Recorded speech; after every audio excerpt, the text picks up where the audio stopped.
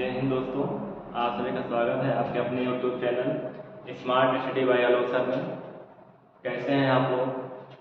उम्मीद है आप सभी बहुत अच्छे होंगे। तो आज हम ज़्यादा बातचीत नहीं करेंगे। जैसा कि हमने कल देखा कि कल की क्लास में स्वर संधि पढ़ा।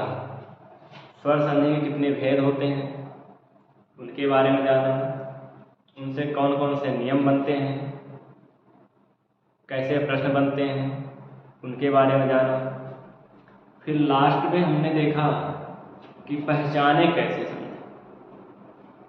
अगर हमने स्वर संधि देखें तो स्वर संधि में 5 भेद, उन 5 भेदों को देखते ही कैसे पहचाने। तो हमने देखा था शॉर्टकट तरीका लास्ट में एकदम वीडियो के अंत में कि जैसे कि दीर्घ संधि है। हमने कहा कि दीर्घ का मतलब होता है बड़ा, इसमें बड़े वाले वर्ण आते थे जैसे बड़ा, बड़ी, बड़ा और ऋषि। फिर हमने देखे फिर अगला गुण में हमने कहा कि ए होगा, ओ होगा या फिर अर होगा। और लास्ट में हमें एक और बताया था कि अल। क्या बताया था? अल। इतना बताया। फिर हमने कहा कि वृद्धि संधि कैसे पहचानेंगे। तो वृद्धि संधि हमने कहा था कि अय होगा, अ होगा। क्या होगा? अय होगा, अ होगा। उसके बाद हमने कहा कि यण संधि। तो यण संधि में हमने क्या देखा था कि या था, रा था, ला और वा ऐसे वर्ण थे, लेकिन इनके पहले आधा वर्ण होते हैं। यारा लावा होंगे, उनके पहले आधे वर्ण होंगे। फिर हमने आयात संधि में देखा था कि आयात संधि में क्या होता है। तो हमने कहा कि या मिलेगा और वा, ये तो ज्यादा वर्ण मिलते हैं, उनके पहले आधा वर्ण नहीं होगा, मतलब आधा वर्ण नहीं होगा। और यण संधि में आधा वर्ण होते थे, लेकिन आयात संधि में आधे वर्ण नहीं होते। आयात संधि की एक और पहचान है, ज्यादातर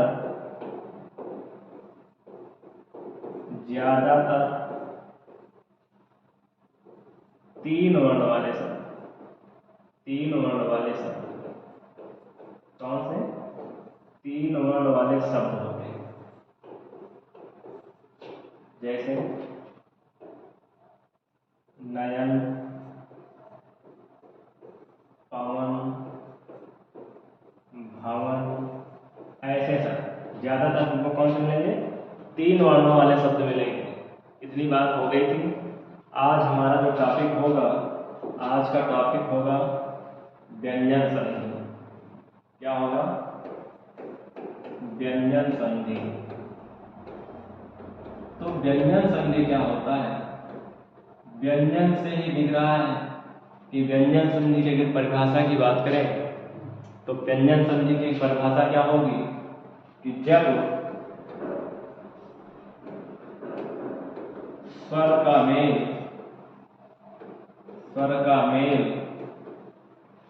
व्यंजन के साथ, जब स्वर का मेल व्यंजन के साथ,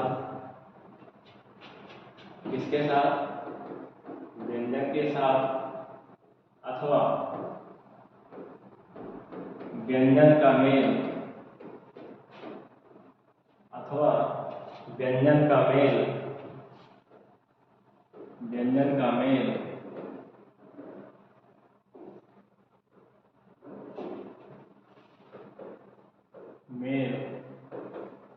स्वर के साथ या व्यंजन का मेल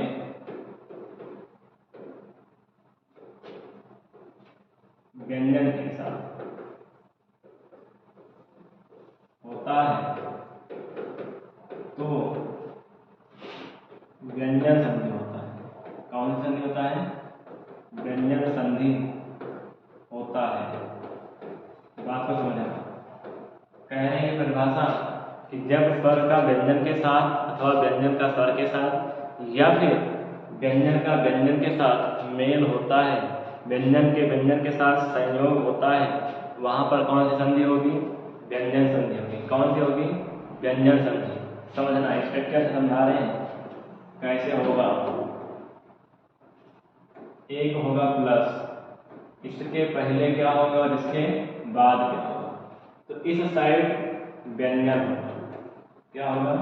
व्यंजन। इस साइड क्या होगा? स्वर या फिर व्यंजन हो सकता है। बात तो समझना, इस साइड व्यंजन होगा, इस साइड स्वर और व्यंजन दोनों में से कोई हो सकता है। अगर इस साइड स्वर है तो इस तरफ क्या होना चाहिए? क्या होना चाहिए? व्यंजन। ये इनकी कंडीशन है। अगर इस साइड स्वर है तो इस साइड का स्वर ला देंगे तो व्यंजन संधि नहीं होगी। फिर कौन संधि हो जाएगी? स्वर संधि। देखिए, इधर स्वर है, उधर व्यंजन होना चाहिए। इधर व्यंजन है, इधर स्वर या व्यंजन दोनों में से कोई हो सकता है। तो आइए देखते हैं। किताबों में तो कम से कम 15-16 नियम भी मिलेंगे आपको, लेकिन उनको 15-16 नियम पढ़ने से कोई मतलब नहीं होगा। तो उन्हीं 15-16 नियम को हमने स्टार्ट कर दिया है। ज़्यादा से ज़्यादा 5 नियम में पूरी व्यंजन संधि समाप्त कर देंगे। इससे बाहर कहीं कुछ आने वाला नहीं। तो नियम पहला होगा, पहला नियम होगा, नियम पहला क्या कह रहा है? क्या कह रहा है पहला नियम? पहला नियम कह रहा है कि जब ता वर्ग के बाद, क्या कह रहा है? जब ता वर्ग के बाद, किसके बाद?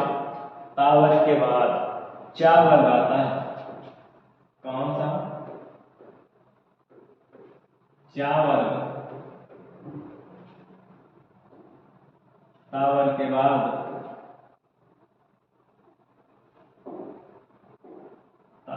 बाद चा वर्ग आता है। जब ता वर्ग के बाद चा वर्ग आता है तो ता वर्ग चा वर्ग में बदल जाता है। ता वर्ग चा वर्ग में बदल जाता है। बात समझ में आई? क्या कह रहा है? कह रहा है कि जब ता वर्ग के बाद चा वर्ग आता है तो ता वर्ग चा वर्ग में बदल जाता है। तो ता वर्ग में कौन कौन से आएंगे वर्ग? एक बार देखेंगे स्ट्रक्चर से क्या क्या होता है। बात को समझना, इसको छाप लेना अपने दिमाग में। स्ट्रक्चर जब चित्र बना रहे हैं कि ता वर्ग के बाद, इसके बाद ता वर्ग के बाद, ता वर्ग में कौन कौन से आएंगे? तो ता आएगा, था आएगा, दा आएगा, धा आएगा और ना आएगा। इतना आएगा। क्या? ना के साथ साथ एक वर्ण और आएगा। देखो, ना के साथ एक और, ये दंती वाला सा। इसके बाद क्या आना चाहिए? कह रहे हैं चा वर्ग। कौन सा? चा वर्ग आता है। तो क्या होता है? ता वर्ग के बाद चा वर्ग। चा में क्या होगा? चा होगा। क्या होगा? चा होगा, छा होगा, जा होगा, झा होगा, या होगा। क्या होगा? चा होगा, छा होगा, जा होगा, झा होगा और या होगा। उसके बाद लास्ट में एक और होगा। क्या होगा? तालब वाला सा। कौन सा? तालब वाला सा। तो होगा क्या? बदलेगा किसमें? ये ता वर्ग चा वर्ग में बदल जाएगा। किसमें बदलेगा? चा वर्ग में। ता वर्ग के बाद चा वर्ग आता है तो चा वर्ग, ता वर्ग चा वर्ग में बदल जाता है। तो चा वर्ग में बदलेगा मतलब क्या कह रहा है कि जब आधा ता आएगा, आधा ता के बाद चा होगा, ता किसमें बदलेगा? आधा चा में। किसमें बदलेगा? आधा चा में। चलो कलर चेंज कर दें दोस्तों। ये आधा चा बदलेगा। था होगा तो छा होगा, किसमें बदलेगा? आधा छा में। किसमें बदलेगा? आधा छा। ये किसमें बदल जाएगा? आधा जा में। फिर किसमें बदलेगा? आधा झा में। बात को समझना, बदलेगा? आधा झा में। फिर किस में बदलेगा ये? आधा या। फिर किस में बदलेगा? आधा सा। बात समझ में आई कि नहीं आई? समझना। कह रहा है कि जब ता वर्ग के बाद चा वर्ग आता है तो ये ता वर्ग चा वर्ग में बदल जाएगा। अगर मान लो जैसे उदाहरण बताएं कि ता आया है, ता के बाद चा आता है, ये मान लो प्लस का चिन्ह है, इसके पहले अगर ता आया है, ता के बाद अगर चा वर्ग आता है, चा आ गया, तो ता किस में बदलेगा? ता चा में बदल जाएगा। किस में बदलेगा? ता चा में बदल जाएगा। इतनी बात समझ में आ गई? चलो उदाहरण देखते हैं। उदाहरण देखते हैं पहला।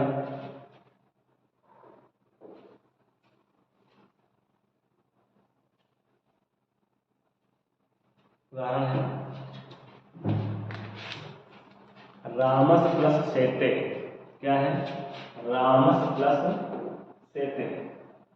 कह रहा है कि रामस प्लस सेते। अब देखो बराबर क्या होगा? हमने कंडीशन आपको समझाया है। क्या समझाया है? कि तावर के बाद चा वर्ग आएगा तो ये तावर किस में बदलेगा? चा वर्ग में।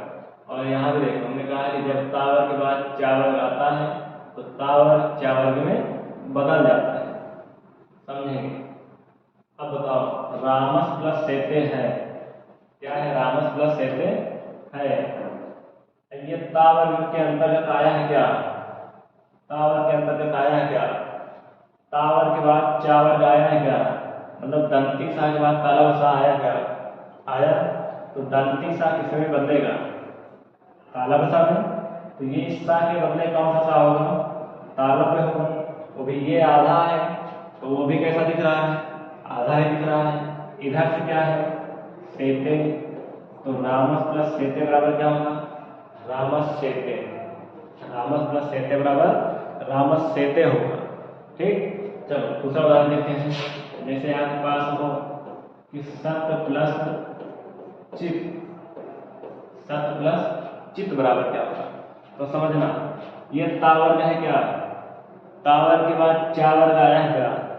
तो ता वर्ग किस में बदलेगा? चा वर्ग। देखो ये ता किस में बदल जाएगा? ता जब आता है किस में बदलता है? देखो ता के बाद चा आता है तो ता चा में बदल जाता है। बदल जाता है कि नहीं? वही देखो यहाँ पर ये आया है ता किस में बदलेगा? आधा चा में। इधर से है क्या? छोटी ई और चित। तो सत प्लस चित बराबर सचित होगा कि नहीं होगा? ठीक। जैसे कहते हैं कि सत प्लस जन। सत प्लस जन। अब बताओ दा आया है। दा तावर में क्या है क्या? तावर के बाद चा वर्ग आया है क्या? आया है। ठीक। तो ये सद सद दा किस में बदलेगा? दा देखो किस में बदल रहा है? ये देखो ये दा किस में बदल रहा है? दा के बाद अगर जा है तो दा किस में बदल जा रहा है? आधा जा में। धा के बाद झा आ रहा है तो किस में बदल जा रहा है? आधा झा में। बदल जा रहा है कि बदल जा रहा है? ये ना आ रहा है, ना के बाद या तो किस में बदल जा रहा है? या में। सा आ रहा है तो सा किस में बदल जा रहा है? ये वाला ताला बसा में। उसके बाद देखो ये था के बाद छा आ रहा है तो था किस में बदल जा रहा है? आधा छा में। वही चीज यहाँ हो रहा है। सत प्लस जन बराबर क्या हो रहा है? तो ये दा किस में बदल जाएगा? आधा जन। इधर से है क्या? जन। बात खत्म। सत प्लस जन बराबर सज्जन। लेकिन कभी कभी क्या होता है कि ऐसा आ जाता है कि सत प्लस जन बराबर क्या होगा? तब भी क्या होगा? सत प्लस जन। ता के बाद चा वर्ग आएगा तो ता चा वर्ग में बदल जाएगा। चा वर्ग ये जा है क्या?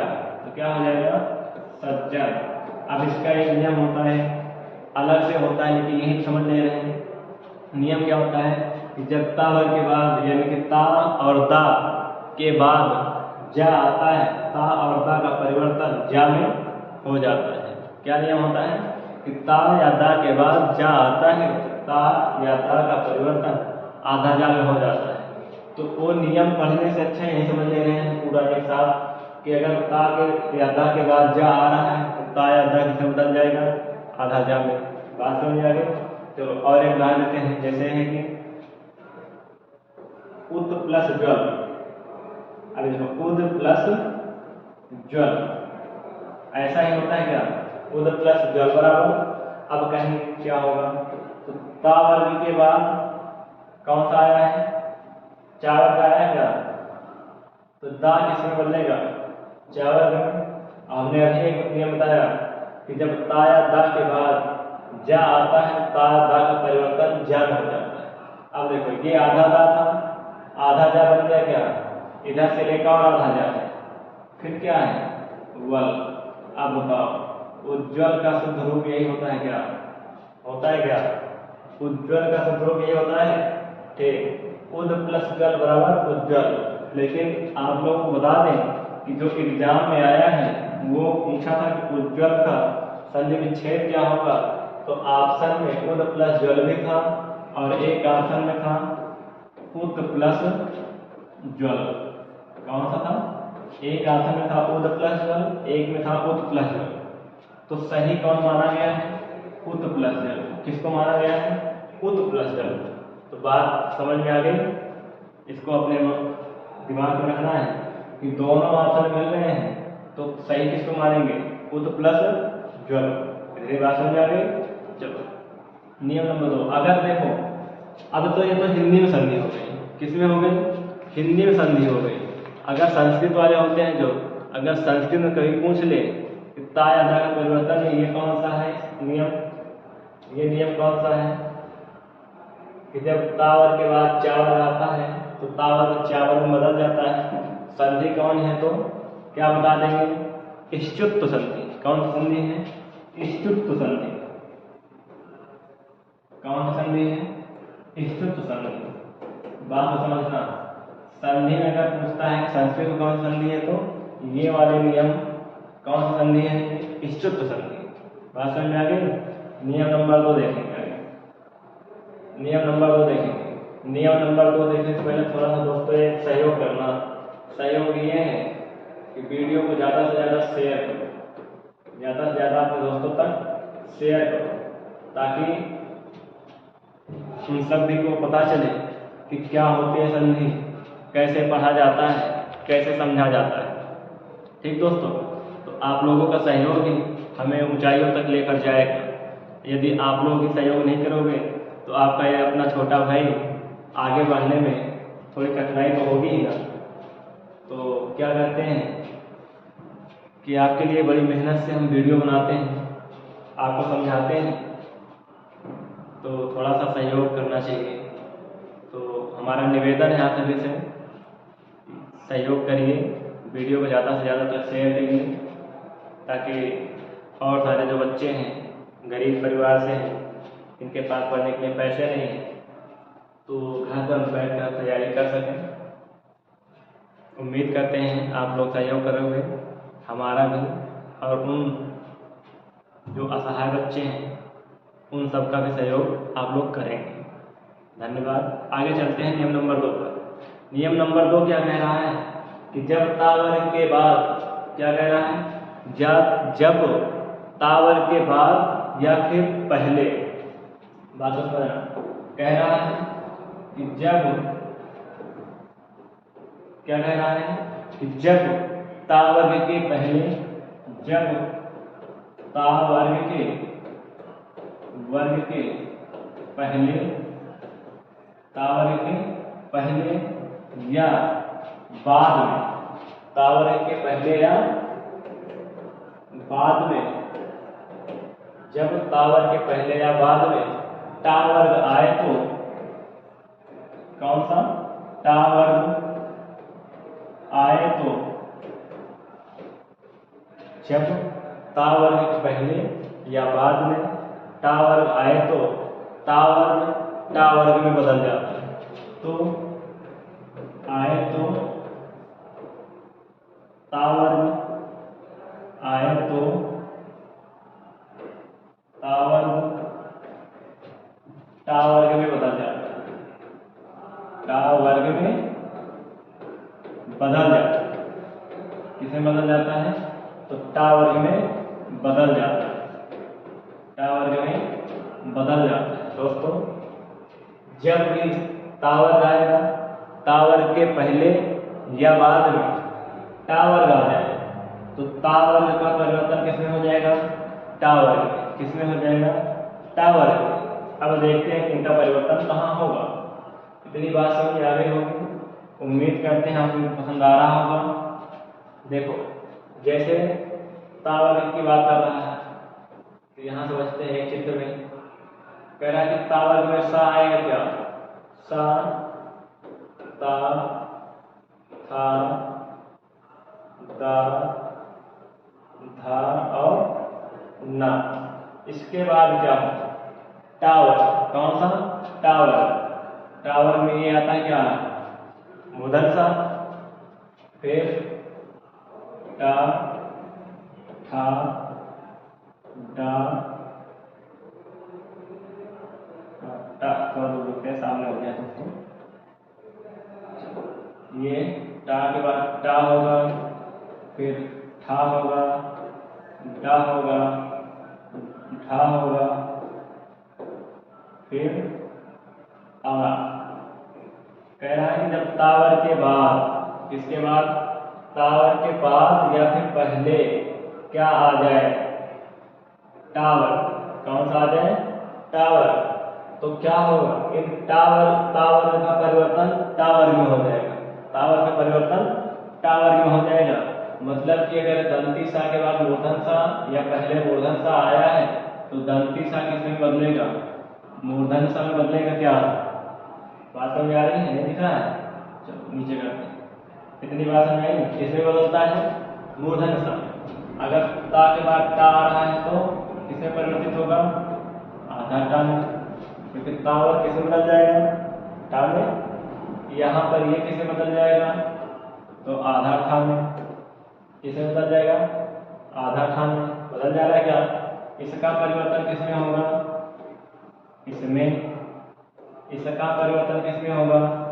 आधा धा में। इसका ना का परिवर्तन किसमें होगा? आधा आना में। इतनी बात समझ में आ गई क्या? ठीक। तावर के बाद अगर मूर्धन सा या पहले भी मूर्धन सा आता है तो यह तावर मूर्धन सा में बदल जाता है। इतनी बात समझ आ गई? चलो अब उदाहरण देखते हैं। क्या देखते हैं? उदाहरण। इनको यहीं पर रखते हैं ताकि आपको दिखाई देता रहे। अब उदाहरण क्या है?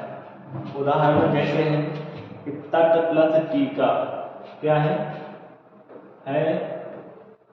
तट प्लस टीका। समझना, हमने कहा जब ता के बाद या पहले मूर्धन वाला आता है तो ता के चाहे पहले आए चाहे बाद में, टा आया है क्या? आया है तो ता किसमें परिवर्तित होगा? इसी टा में होगा कि नहीं? तो ये आधा ता था इसलिए आधा टा हो जाएगा। इधर से क्या है? टीका। तो तट प्लस टीका बराबर तट टीका। क्या हो जाएगा? तट टीका। बात समझ आ गई? जैसे दूसरा उदाहरण दें कि कहते कि रामस। क्या होगा? रामस प्लस टीकते। रामस प्लस टीकते। तो अब क्या होगा? ये दंती सा के बाद ये वाला सा टा आया है क्या? टावर आया है। ठीक। तो किसमें परिवर्तित होगा? दंती सा किसमें हो रहा है? मूर्धन सा में। तो ये क्या हो जाएगा? रामस, वो भी आधे परिवर्तित हो रहा है। इधर से जोड़ क्या देंगे? टीकते। क्या जोड़ देंगे? टीकते। इतनी बात समझ में आ गई? चलो आगे और एक उदाहरण देखते हैं कि जैसे कृष्ण प्लस ना। क्या है? कृष्ण प्लस ना। अब समझना, कृष्ण प्लस ना। हमने कहा जब भी तावर आएगा, तावर के पहले भी हो सकता है बाद भी हो सकता है। तो ये तावर है क्या? तावर भी पहले मूर्धन वाला आएगा, टावर आया है। तो तावर का परिवर्तन किसमें होगा? किसमें होगा? टावर में। टावर का परिवर्तन टावर में। अब देखो ये कृष्ण है क्या? ऐसा आधा है क्या? ठीक। ना का परिवर्तन किसमें होता है? देखो ये हमने लिखा है कि ना का परिवर्तन किसमें हो रहा है? आड़ा में। किसमें हो रहा है? आड़ा में। तो क्या हो जाएगा कृष्ण प्लस ना, ना का परिवर्तन आ में वो भी आधा, लेकिन मात्रा बड़ा लगी है तो बड़ा की मात्रा, तो कृष्ण प्लस ना बराबर क्या हो जाएगा कृष्णा, क्या हो जाएगा कृष्णा। और एक उदाहरण देते हैं, जैसे उद प्लस डयन, क्या है उद प्लस डयन, इसका क्या होगा, अब दा का परिवर्तन किसमें होगा, दा का परिवर्तन किसमें हो रहा है डा, तो ये आधा डा, फिर इधर क्या है डयन, उद प्लस डयन बराबर उड्डयन।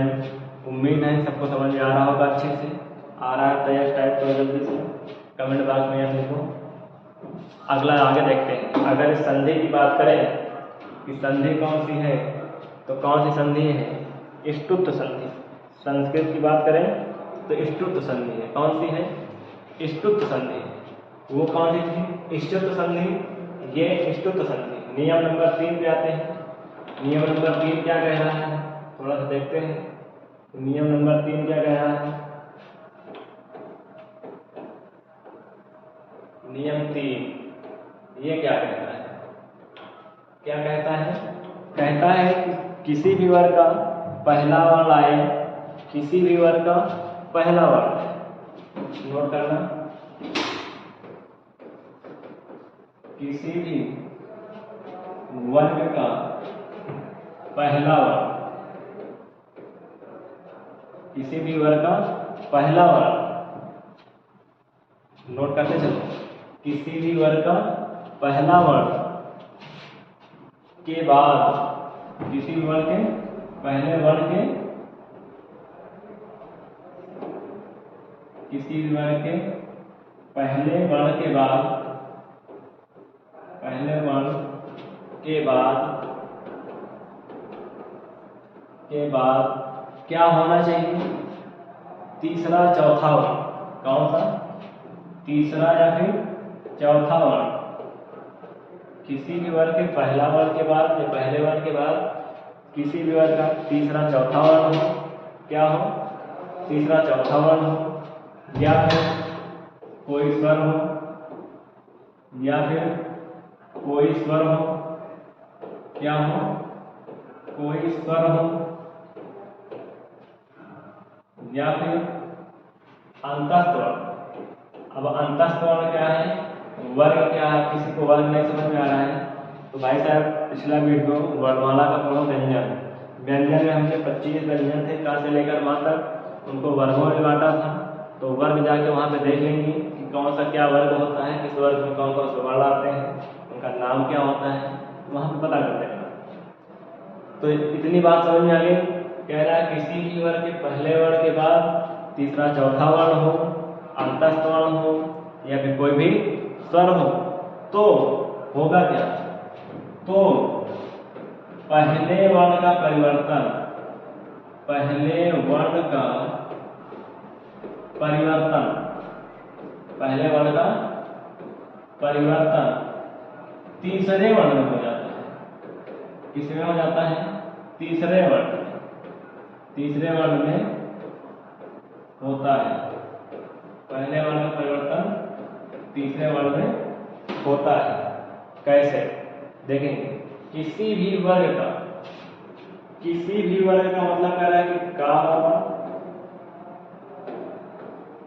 क्या होगा, कौन कौन से होते हैं देखो, किसी वर्ग का पहला वर्ग का वर्ग, क्या होगा, टा होगा, ता होगा, या फिर पा होगा, कह रहा है इनका परिवर्तन किसमें होगा। इसके बाद की शर्त क्या है, क्या होनी चाहिए, किसी भी वर्ग का पहला वर्ण के बाद कोई तीसरा चौथा वर्ण हो, कौन सा हो तीसरा चौथा वर्ण हो, या फिर कोई स्वर हो, या फिर कोई स्वर हो, या फिर अंतस्थ वर्ण, कौन से हो अंतस्थ वर्ण हो, तो होगा क्या इन सभी का परिवर्तन, यानी कि का परिवर्तन किसमें हो जाएगा तीसरे वर्ण, किसमें हो जाएगा तीसरे वर्ण।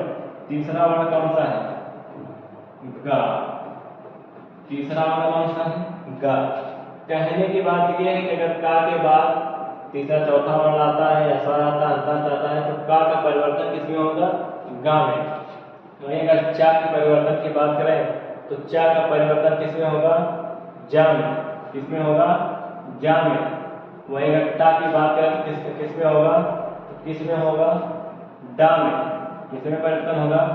डा में। अगर वही ता की बात करें तो ता का परिवर्तन किसमें होगा? दा में। किसमें होगा? दा में। अगर वहीं पर बात करें पा का परिवर्तन किसमें होगा तो आप कहेंगे कि बा में। किसमें? बा में। बात समझ आ गई?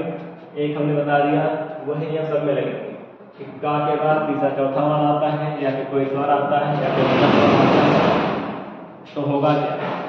पहले वर्ण का परिवर्तन तीसरे वर्ण में होगा। नियम नंबर बहुत सारे बन जाएंगे। अगर इनका नियम रहा 1, इसका 2, इसका 3, इसका 4, इसका 5, 5, 5, 10, 15 नियम हो जाते। कैसे? एक बार बताते कि का का परिवर्तन गा में, फिर बताते कि चा का परिवर्तन जा में, फिर अगला नियम बताते हैं कि टा का परिवर्तन दा में। तो ये बहुत सारे नियम बन जाते हैं। तो हमने एक में ही जोड़ दिया है। ऐसा सब कुछ इसमें समझ में आ जा रहा होगा कि का का परिवर्तन गा में होगा, चा का छा में होगा। तो ये बात समझ में आ गई। चलो अब देखते हैं उदाहरण। उदाहरण क्या है? जैसे है आपके पास कि वाक प्लस ईस। क्या है? वाक प्लस ईस। अब क्या होगा? देखो हमने कहा नियम बता रहा है किसी वर्ग का पहला वर्ण है क्या? ठीक, पहला वर्ण है, उसके बाद कोई स्वर हो सकता था या फिर किसी भी वर्ग का तीसरा या फिर चौथा वर्ण हो सकता था। इतनी बात समझ आई है? तो कोई स्वर दिख गया क्या? ठीक, तो का परिवर्तन किसमें हो जाएगा? गा में। वो भी आधा, लेकिन बगल में इनके है क्या? स्वर। बड़ी मात्रा है तो बड़ी मात्रा लगा देंगे। बचा क्या? सा। तो वाक प्लस ईस बराबर वागीस। वाक प्लस ईस बराबर वागीस। इतनी बात समझ आ गई? चलो और आगे देखते हैं। जैसे है अच प्लस अंत। अच प्लस अंत। आप बताओ, हमने कहा चावल है, चावल का पहला वर्ण है, चा के बाद कोई स्वर है या अगर स्वर ना होता किसी भी वर्ग का तीसरा चौथा वर्ण होता, वो भी ना होता तो कोई अंतस्थ वाला वर्ण होता, जैसे या रा लावा होता। तो मिल गया हमें स्वर। अब इस चा का परिवर्तन किसमें होगा? देखो ये चा का परिवर्तन हमें किसने बताया है? चा का परिवर्तन जा। तो क्या ये जा बनेगा? क्या क्या बनेगा? ये आधा जा बनेगा क्या? ठीक, लेकिन इनके पड़ोस में है कौन? स्वर। स्वर है तो ये पूरा हो जाएगा क्या? कहोगे हाँ। फिर इधर से बचा क्या? आधा ना और ता लिख देंगे। अच प्लस अंत बराबर क्या बन जाएगा? अजन। क्या बन जाएगा? अजन। उसी प्रकार हम देखते हैं एक और।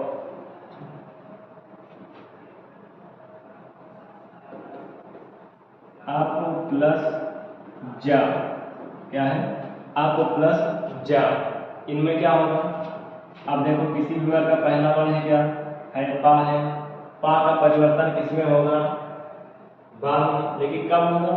किसी भी वर्ग का या तो तीसरा वर्ण होगा या तो चौथा वर्ण होगा, या तो तीसरा होगा या तो चौथा होगा।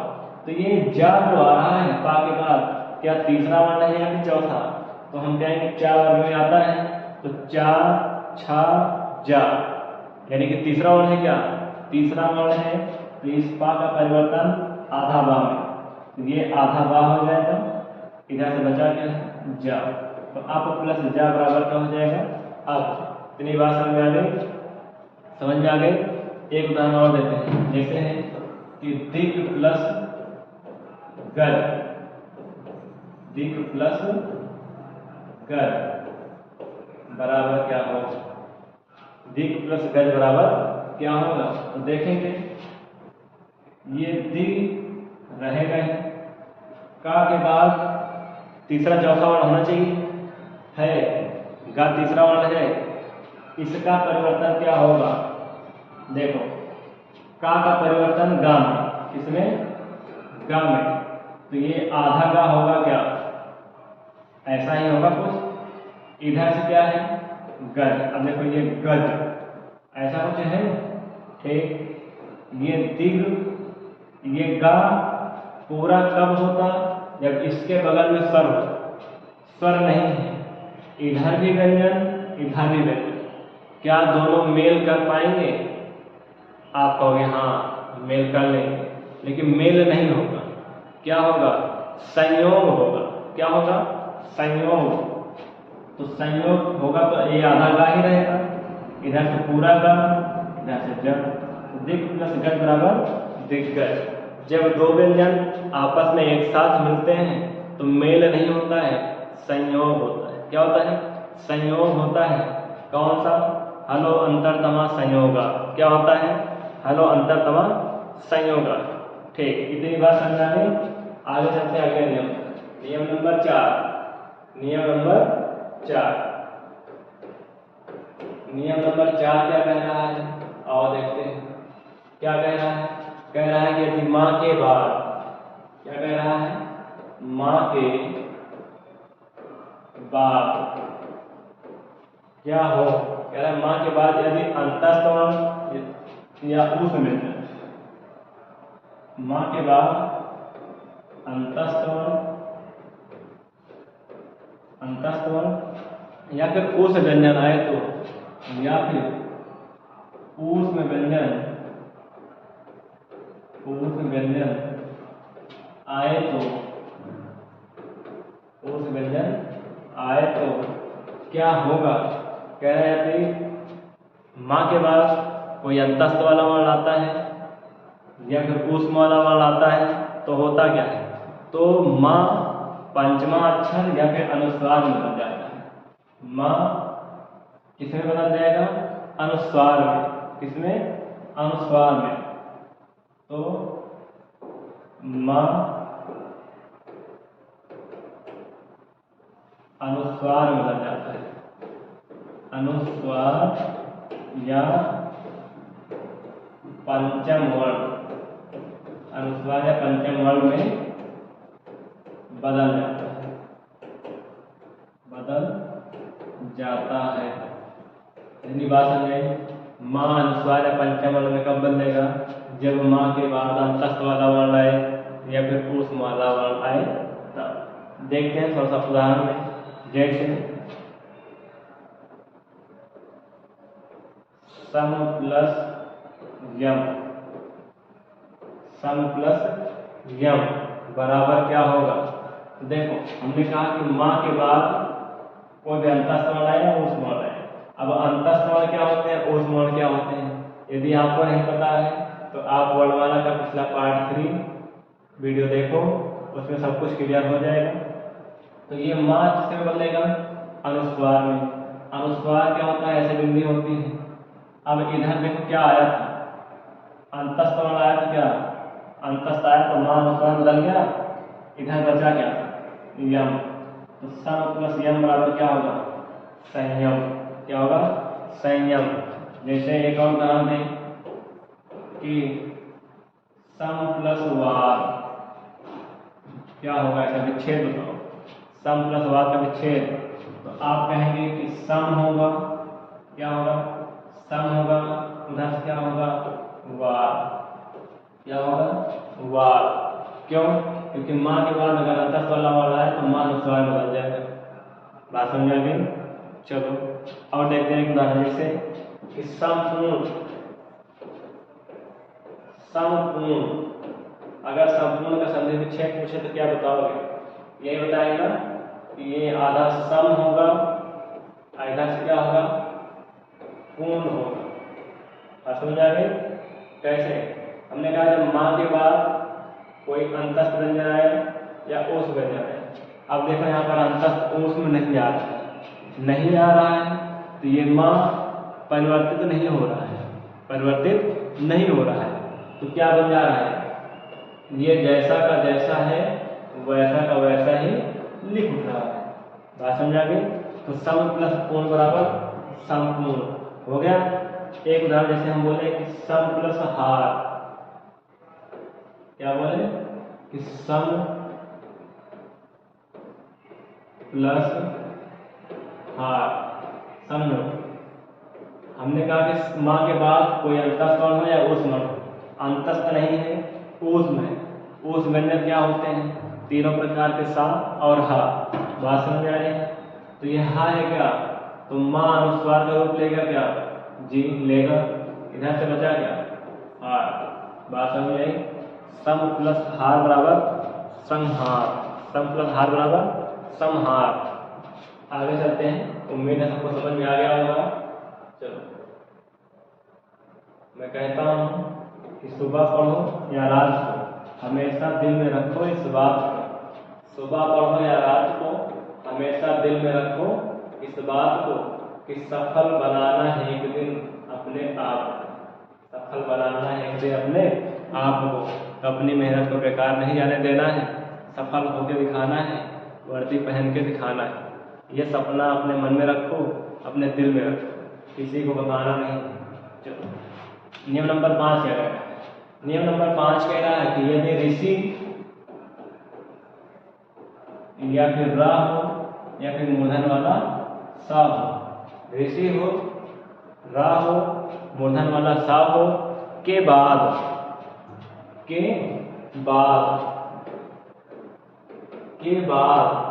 क्या होना चाहिए, कह रहा है कि ना हो, क्या हो, ना हो। ऋषि मूर्धन वाला सा रा के बाद ना हो, नहीं दिखाई दे रहा है, क्या हो, ना हो। तथा उसके पहले, तथा इसके बीच में या उसके पहले, तथा इसके बीच में, इसके बीच में कोई स्वर, कोई स्वर हो। बात समझ में आ रही, इसके बीच में कोई स्वर हो, स्वर हो या का वर्ग हो, क्या हो, का वर्ग हो या पा वर्ग हो, या पा वर्ग हो, या पा वर्ग हो, अनुस्वार या वाह हो, अनुस्वार या वाह हो। कितने वर्ण होने चाहिए, कितने वर्ण, कह रहा है कि ऋषि रा और सा के बाद ना हो, इन दोनों के बीच में क्या हो, कोई स्वर हो। बात समझ नहीं आ रही, देखो कह रहा है कि ऋषि रा और सा के बाद ना हो, लेकिन इन दोनों के बीच में क्या हो, बीच में क्या हो, कोई स्वर हो। उसके बाद देखो कावर हो, चाहे पावर हो, चाहे अनुस्वार हो, चाहे या हो, वाह हो, हा हो, अगर ये सब होते हैं तो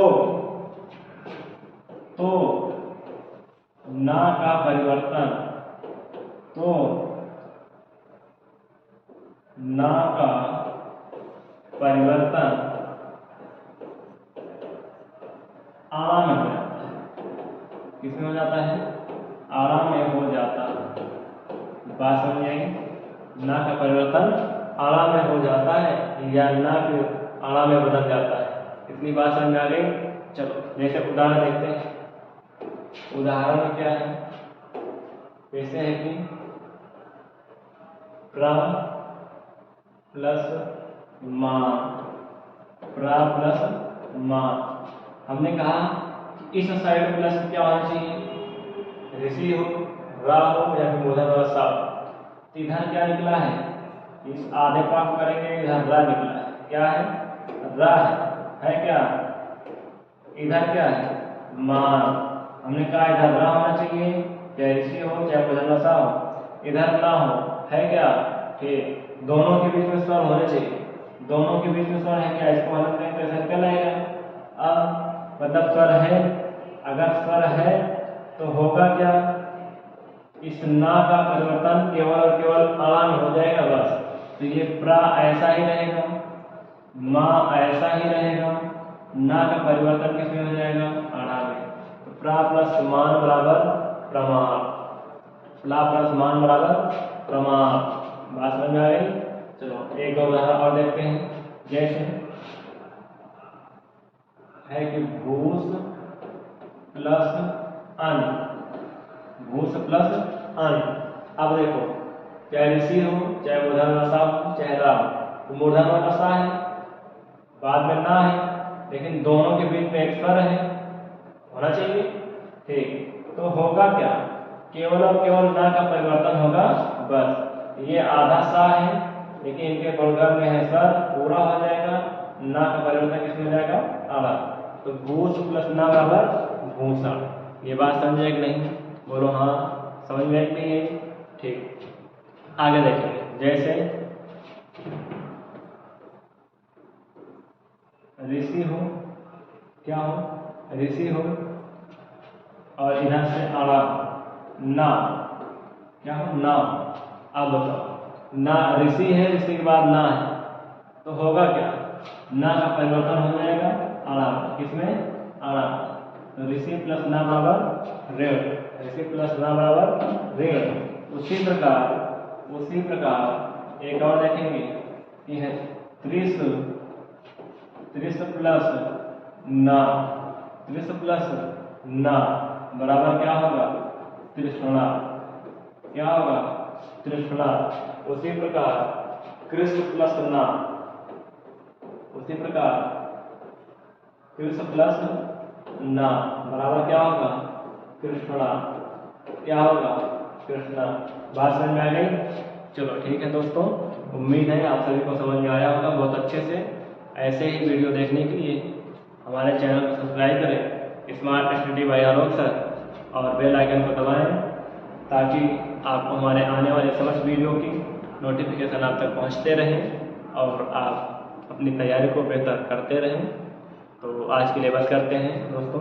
आज हमने पढ़ा क्या, व्यंजन संधि। व्यंजन संधि के हमने आपको बताया कि आप किताबों में पढ़ेंगे तो 15 से 16 में 20 नियम पहुंच जाएंगे, लेकिन हमने उनको 60 में करके सब कुछ 5 नियम में समाहित कर दिया है। तो उम्मीद है आप सभी को समझ में आया होगा। जय हिंद दोस्तों, मिलते हैं कल विशाल संधि के साथ।